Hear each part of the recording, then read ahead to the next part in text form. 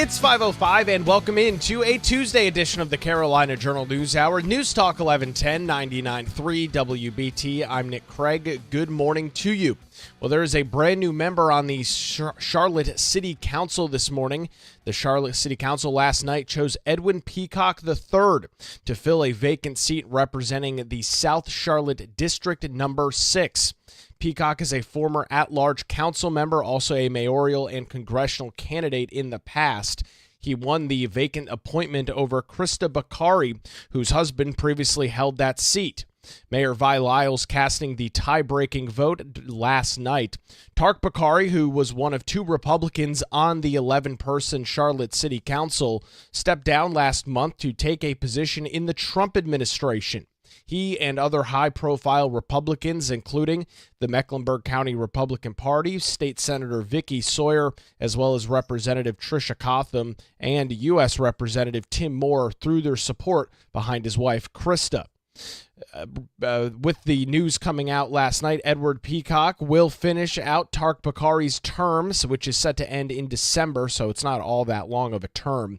Republicans and Democrats expect a crowded primary to begin taking place in September for that seat, which is really the only competitive general election on the city council there in Charlotte.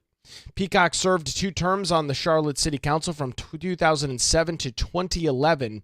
He's the last Republican elected to an at-large seat on the council members. So some changes there as it relates to the Charlotte City Council. Just one of 11 seats changing out there as Tark Bakari has made his way to Washington, D.C. and is currently working within transportation in the Trump administration.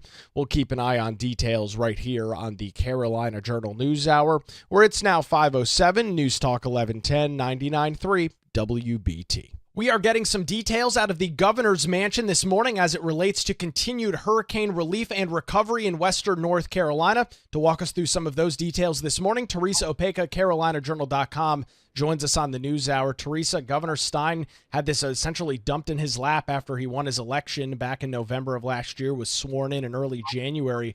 What's the latest from the governor's office this morning? Sure. Good morning, Nick. Thanks for having me. So, Governor announced yesterday that he has requested his second Hurricane Helene budget proposal of about $891 million. He made that announcement in Rutherford County at Carolina Domes, which was hit pretty severely from Hurricane Helene in September. So they were a recipient of one of the grants, small business grants that they put into place with a partnership between the state, Dogwood Health Trust, and the Duke Endowment.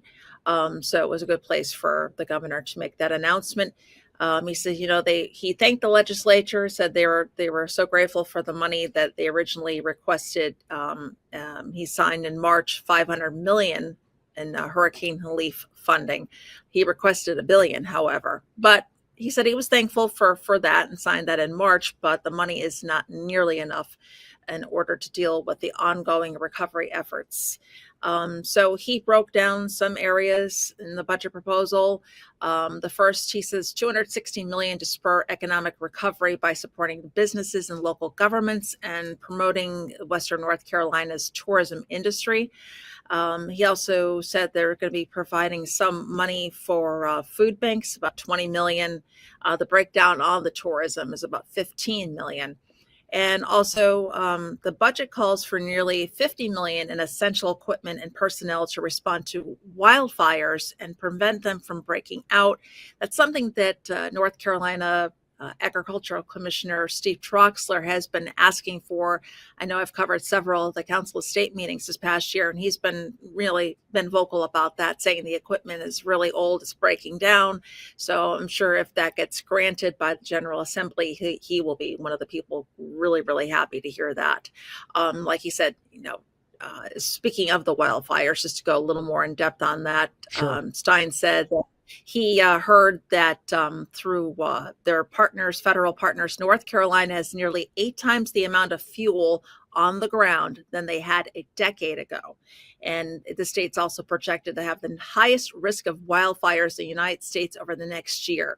Stein says that's a title they definitely don't want. So that was an important part of his budget proposal. Oh, no question about that. All of the dead trees and vegetation out west from the storm, which affected in September of last year, is, as you noted, Teresa, that fuel. And we've already seen just over the last couple of months some wildfires burning out in the western half of the state. Fortunately, they've been able to get most of those under control. So some big issues there. However, Teresa, this is an extra $900 million essentially that the governor is asking for. What are some of the other ways that he intends on getting some of that money spent and helping some of those relief efforts out west? Sure. So some other ways are 113 million to advance housing recovery and to give assistance to families who maybe have been struggling with rent, mortgage payments, utility bills. Also 239 million to strengthen infrastructure. That's by repairing schools that were damaged, expanding debris cleanup. Also, investing against future disasters, and also more money, about 152 million for required state matching of federal disaster programs, stuff of that nature as well. So he's got, it's got a pretty big price tag. We'll have to see how the General Assembly responds to that. Like I said, they gave him half of what he asked for the last time around. Well, and with this, you mentioned just in that final portion there about some of the federal match. The discussion from very early on, Teresa, has been the state of North Carolina does not have all of the money available to fully make Western North Carolina whole. The federal match or big portions of federal money have been a large discussion on that. Did the governor have anything to say as it relates to that? Yeah, like he said, they was requesting that portion to match federal funding because that is required. Went through that. He also, let me just see here. He mentioned that there's some restrictions on funding. They've held some funding back that the General Assembly actually gave them, but it didn't go toward what they put restrictions on. So they're kind of like asking that to be reallocated. He also thanked FEMA. And he made a point of saying this as well, and he's been saying this all along. He says, he wrote a letter recently to President Trump's FEMA Advisory Council, hoping that they can just improve FEMA and not eliminate it, because, they want to give all the responsibility to the states. But like he said in this press conference, the state may thankfully not have another disaster like this for 3-4 years. So people would just be sitting around in the state versus something that's ongoing every year throughout the United States, something that FEMA deals with every year. He says, again, just fix it, don't eliminate it. So that was more of what was talked about at the press conference. Teresa, we've got some additional details, some of those number figures. If folks want to go and actually look at those on a website this morning, where can they go and do that? Sure, they can head on over to carolinajournal.com. Teresa Peacock joins us this morning on the Carolina Journal News Hour. Where it's now 5:13, News Talk 1110, 99.3 WBT. Time to get a look at the roadways on your Tuesday morning. A look at traffic with Boomer Von Cannon. Hey, thank you, Nick.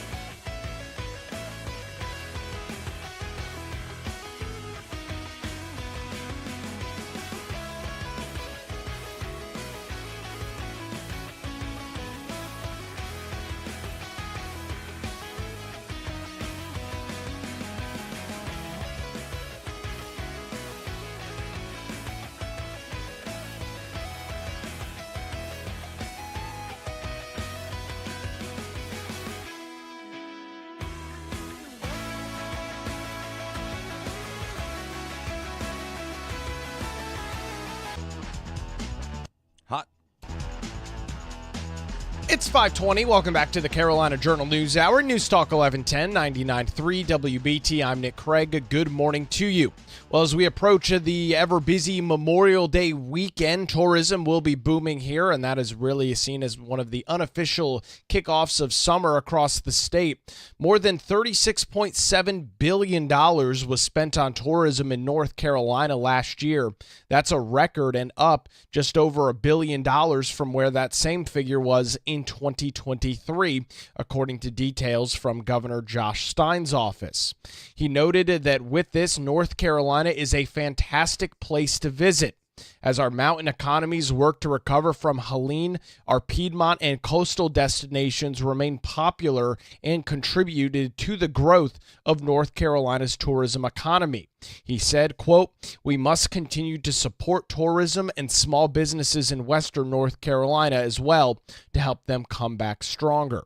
North Carolina came in 5th place in the United States with nearly 40 million visitors, right behind California, Florida, Texas, and New York. The past 4 years have been with a tight competition with states like Pennsylvania and Tennessee for that 5th place position. And in addition to 2024's record spending by domestic travelers, North Carolina also saw gains in international travelers. Listen to this. More than 900,000 individuals traveling internationally to North Carolina, and with spending rising by 16.5% to nearly $1.2 billion. The figures are preliminary findings from research commissioned by Visit North Carolina, which is part of the Economic Development Partnership of the state and conducted by Tourism Economics. That's the group that conducted the study.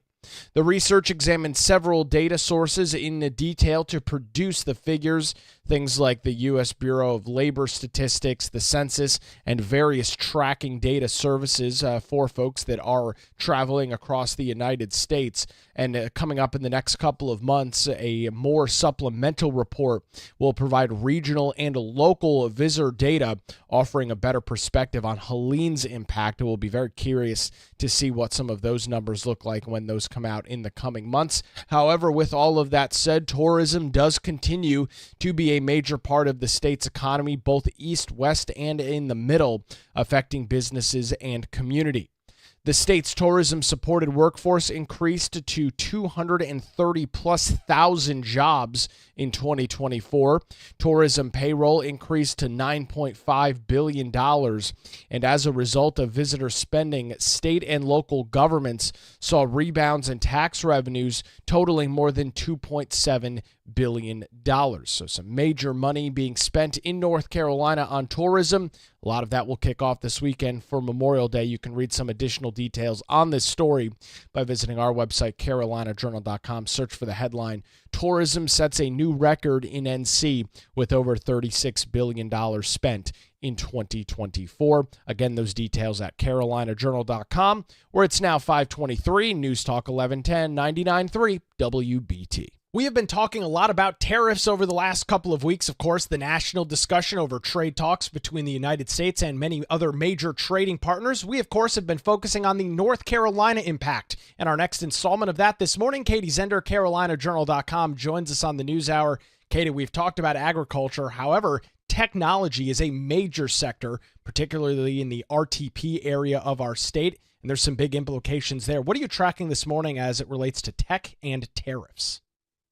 Hi, good morning, Nick. So yeah, we've talked a lot about agriculture, but this morning we're looking at electronics and tech industry. It's a pretty big industry here in North Carolina.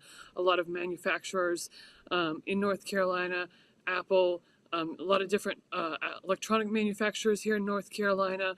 And so this has a huge impact on the North Carolina economy. But as you mentioned, we've talked a lot about agriculture, and the electronic and tech industry is actually deeply entrenched and has an impact on agriculture because in the last few weeks, I've talked to a lot of farmers, and every single one of them has told me, we're not necessarily seeing an impact directly on, crops or crop prices from the tariffs yet, but what they are seeing an impact on is, any piece of electronic equipment, parts for farm equipment, pieces of tech that they might be used. Almost every single one of those pieces is going to be imported for Europe or China. So that's where a lot of farmers are feeling it already, Nick. You had the opportunity to speak with a group out of Raleigh that deals with a lot of deals with making various motherboards and chips, and they import a lot of those products from overseas. It seems like it could have an impact on their bottom line. If anything else, Katie, it seems like the uncertainty has been a big issue, at least for some of those groups as well. Right. So I had a chance to speak to Rick Daves. He's the owner and manager of North Carolina-based GRT Electronics. And he said the biggest thing is they quote jobs, they build circuit boards, they assemble boards, and they have to pick and place these machines and all of the equipment for them. And so when they quote a job for their customers are expecting a certain price. But what's the problem, Nick, is that, a lot of these parts that are being imported, they don't actually know what the price for that part is going to be because of the tariff. He gave me a recent example where he ordered like 100 units of a specific part, and it was originally priced between $13 and $16.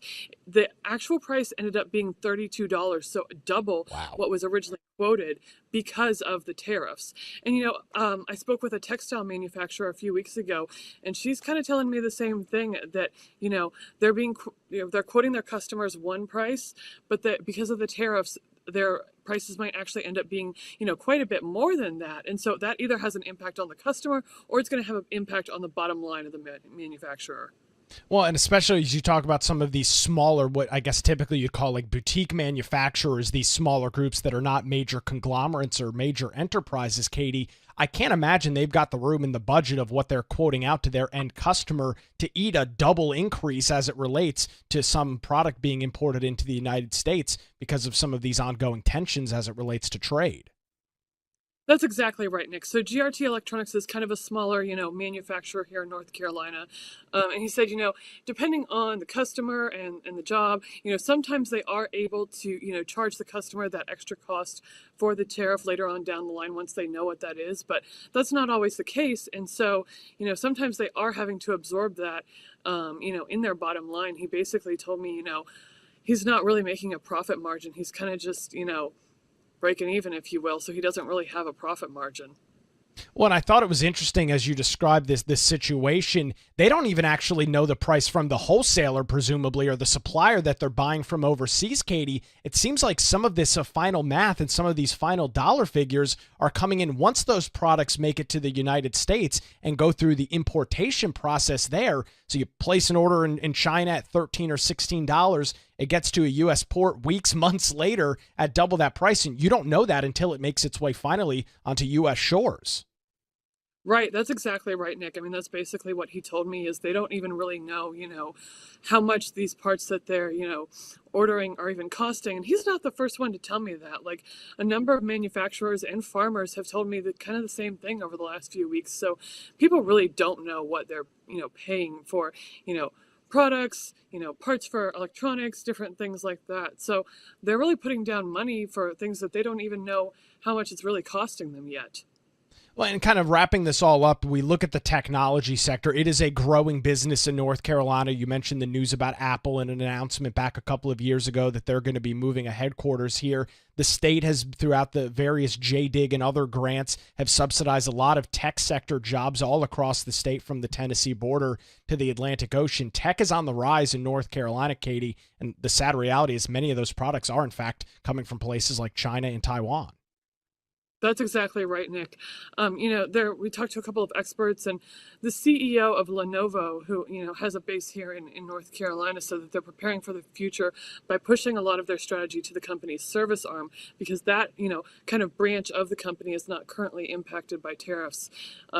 There was a recent article that said, the diversification is, quote, a bright spot regarding flexibility, but everyone's going to be, benefiting somewhat from stability in the tariff situation. So, Lenovo is a pretty big producer of, electronics and different things. So they have concerns about this. I also got to speak with Brian Balfour. He's the VP of Research here at the John Locke Foundation. He said, to the extent that foreign nations retaliate with tariffs on American-made products, North Carolina's computer and electronic manufacturers may take a large hit. This could mean fewer sales and lead to lost jobs. Moreover, complex electronic and technological devices assembled in North Carolina often utilize inputs from foreign countries.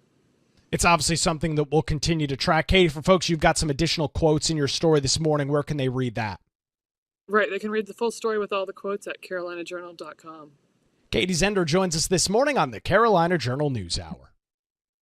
Where it's now 5:30, News Talk 1110, 99.3 WBT. Time to get another look at the roadways this morning with Boomer Von Cannon. Hey, thanks a lot, Nick. Over to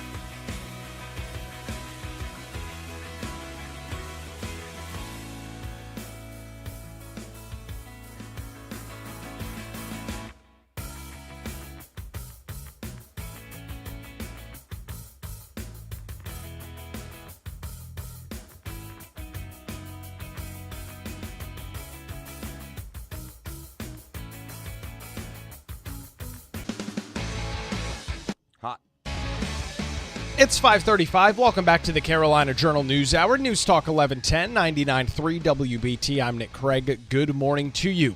Recapping pretty big North Carolina news this morning. Democrat Governor Josh Stein announced yesterday his second Hurricane Helene budget proposal totaling more than $891 million.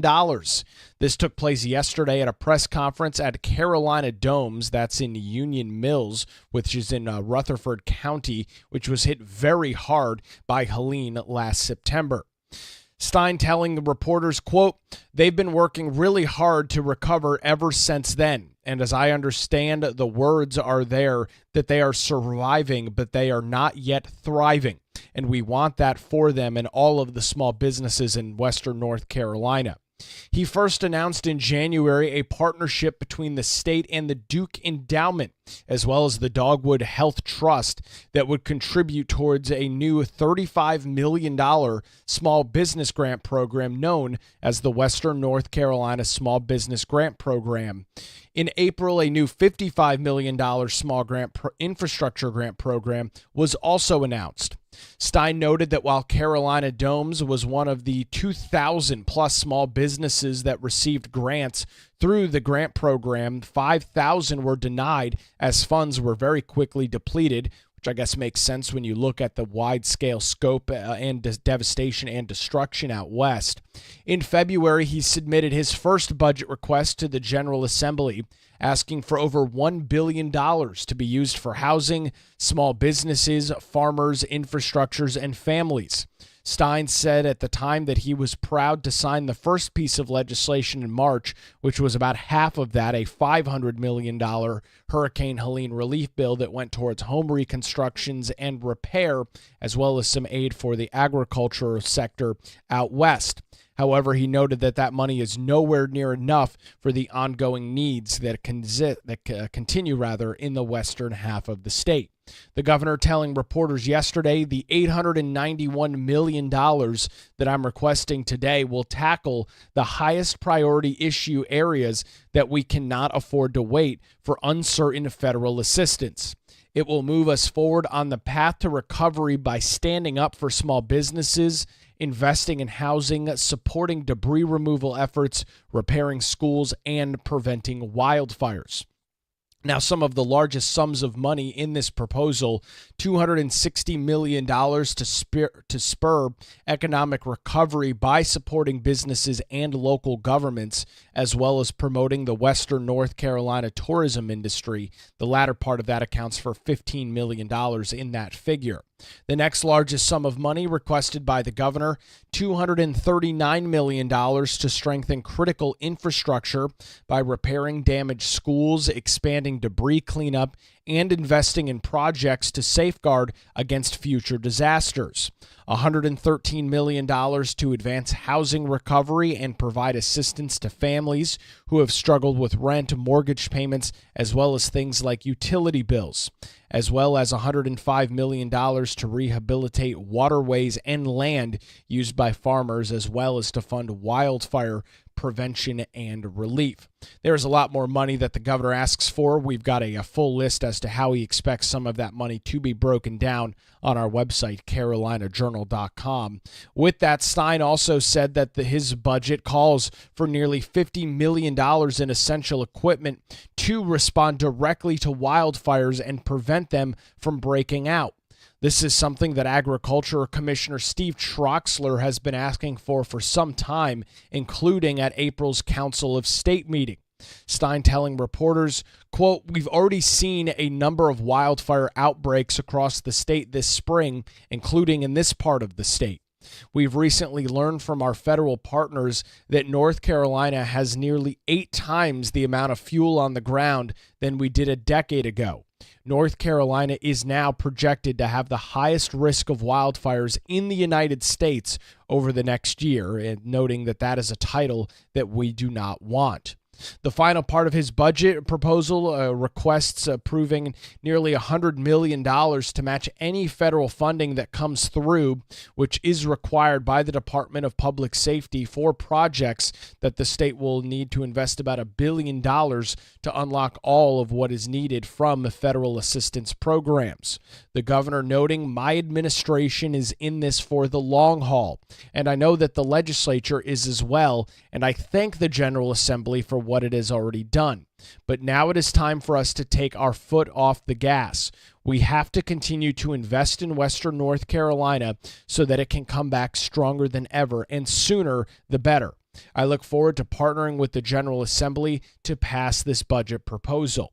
During a QA session that took place out west, Stein said that the funds from his administration can allocate about 80% of those have been spent, which prompted his additional request yesterday. He told reporters, quote, "There are some funds that are matching funds that have been held in reserve, and there are some funds that were designated with restrictions on them that cannot yet be spent. There were also some funds that were well intended but were simply just not used at all. And what we have proposed in this budget is to take about $45 million from previously allocated funds where there just simply is not a demand for the program that was designated by the legislature to reallocate them to other programs like for small businesses for forgivable loan initiatives that we're rolling out."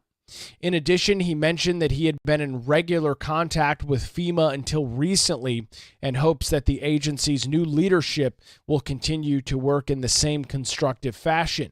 Stein telling reporters, "I have just written a letter to President Trump's FEMA Advisory Council urging them to improve FEMA but not eliminate it. The talk about eliminating FEMA makes no sense because storms happen all across the country. They don't happen in each state every year.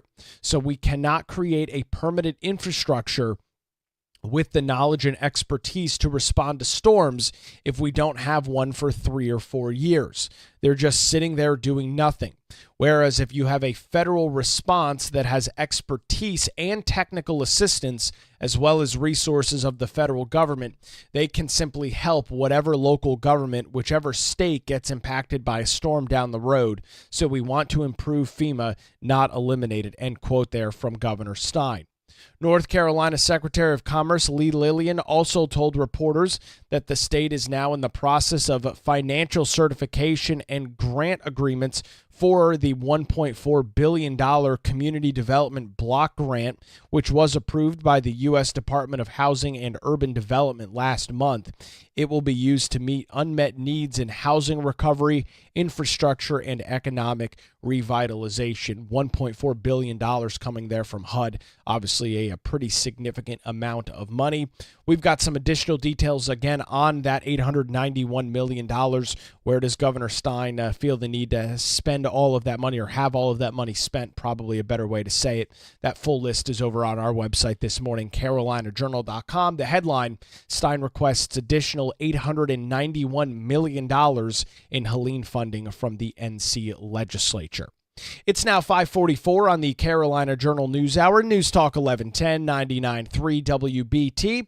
It's time to get another look at traffic on your Tuesday morning with the great Boomer Von Cannon. I don't know about that.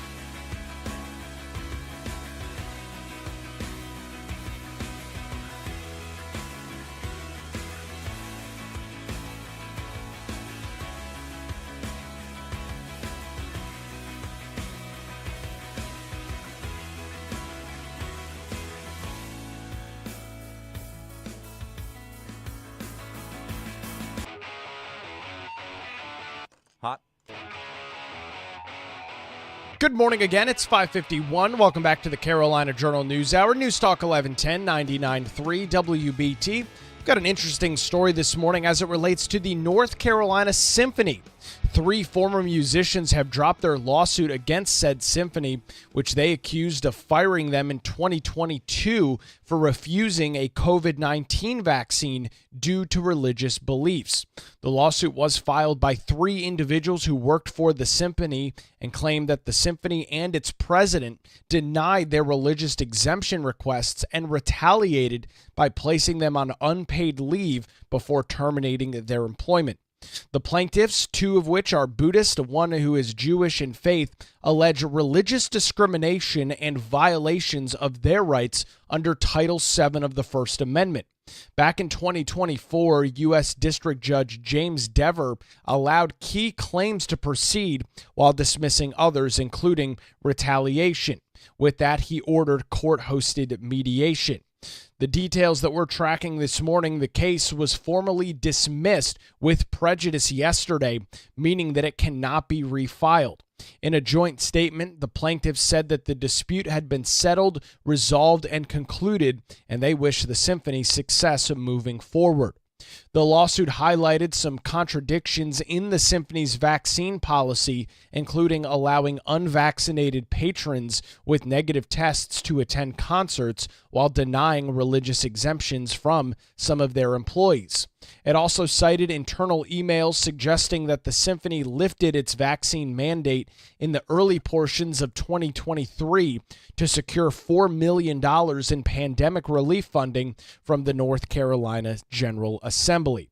The symphony has maintained that its policies were consistent with public health guidance and acceptable law, and this was settled out of court and it will not be refiled. Amazing to just turn back the clocks a couple of years ago and kind of remember all that was going on as it related to some of these mandates. If you were interested in some additional details, we've got a full write-up this morning over on our website, carolinajournal.com. Well, we are continuing our discussion on tariffs this morning. They have been back and forth all over the place over the last few weeks. Although frameworks for trade deals were recently announced with 2 of the United States' biggest importers, that would be the United Kingdom and China, the Carolina Journal has continued tracking the trade war and its impact on major North Carolina industries. The electronics and trade sector is one of those industries that are significantly impacted by tariffs and trade wars. This industry is also deeply entrenched in the agriculture sector, which is the number 1 industry across North Carolina, due to the high volume of electronic equipment, parts for farm vehicles and various machinery, and pieces of tech being imported from Europe and China. Back in 2023, the U.S. imported $145.9 million, or 24.7% of its electronic imports from China. That's according to data from the U.S. International Trade Commission. In some recent stories here in North Carolina, a company based in Raleigh known as GRT Electronics placed an order for parts last month and was initially quoted a specific tariff along with a part price, according to the owner and manager there. 2 days later, the supplier called to inform them that the tariff had changed. The following day, the supplier called again with another update, stating that once again, tariffs had changed once more. Eventually, the supplier admitted that they could not provide a definitive tariff rate and would charge whatever the amount was determined when the shipping passed through customs into the United States. Currently, GRT Technology purchases parts without a clear price. Recently, they purchased approximately 100 units of a part that were priced between $13 and $16 a piece. However, the final cost rose to a whopping $32 per unit due to tariffs since the item was imported from China. Experts note that it is still too soon to determine whether tariffs will increase investments in the state and suggested that the duration of some of these tariff pressures could be a key factor. Many foreign companies might hold off on significant investments, potentially worth hundreds of millions of dollars, while they're waiting to see how negotiations between the White House and their home countries play out. Chris Chung, who is the CEO of the Economic Development Partnership of North Carolina, said, quote, "I don't really doubt that there will be companies that will start to explore this, but how many and how quickly, at what magnitude of plans, that's really hard to sit here and speculate on." In May of this year, of course, over the last couple of weeks, some of those trade deals and agreements have come forward, specifically pausing some of the tariff pressure with China for 90 days, striking a framework with the United Kingdom on a full-throated trade deal going forward. Those have come forward in the last couple of weeks, and of course, we'll continue to track the details as it relates to various sectors across North Carolina right here on the Carolina Journal News Hour. Tomorrow morning, we will be digging into the House budget proposal. Those details are starting to come out this morning. We will have a full rundown for you coming up tomorrow morning right here on the Carolina Journal News Hour. Well, that's going to do it for a Tuesday edition. WBT News is next, followed by Good Morning BT. We're back with you tomorrow morning, 5 to 6, right here on News Talk 1110 and 99.3 WBT.